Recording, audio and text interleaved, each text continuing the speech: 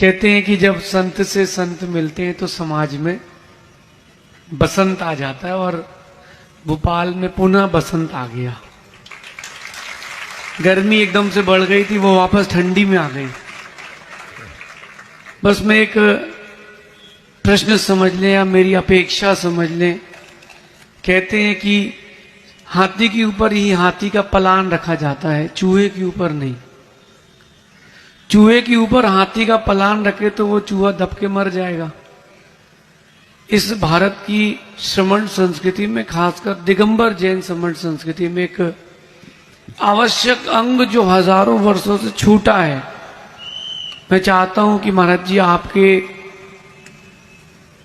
नेतृत्व में और उसका निर्देश अगर करने हमको मिल जाए तो आनंद आ जाएगा, ये हमारी उम्मीद है। वो ये है कि हजारों वर्ष पहले आचार्य अरहत बलि स्वामी के सन्निधि में वेणु नदी के तट पर भारत के सभी श्रमण उपस्थित हुए थे।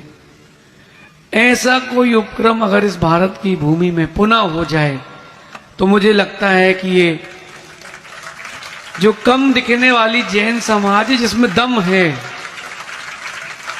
ये जैन समाज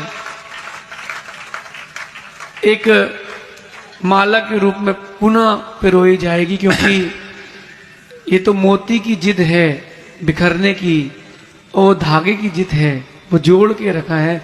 तो महाराज जी अगर आपका सानिध्य या निर्देश या कुछ मिले जिससे ये भारत के एक मंच पर सभी साधु इकट्ठे हों, ये मेरा प्रश्न मुस्त।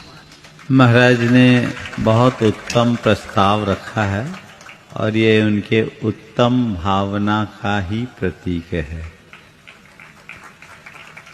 यदि ऐसा हो जाए तो मैं भी कहता हूं इससे अच्छा और कुछ नहीं होगा। बस हम भावना भाएं कि ऐसा हो जाए।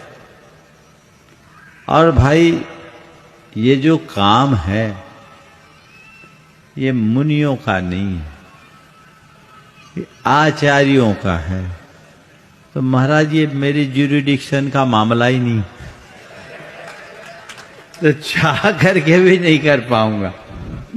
तो बस जैसे आपने भावना प्रकट की ना, मैं भी भावना ही प्रकट कर पाऊंगा।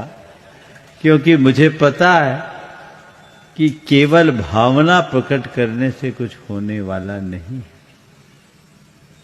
समाज में जब तक समग्रता का भाव नहीं आएगा तब तक ऐसा कुछ नहीं हो पाएगा।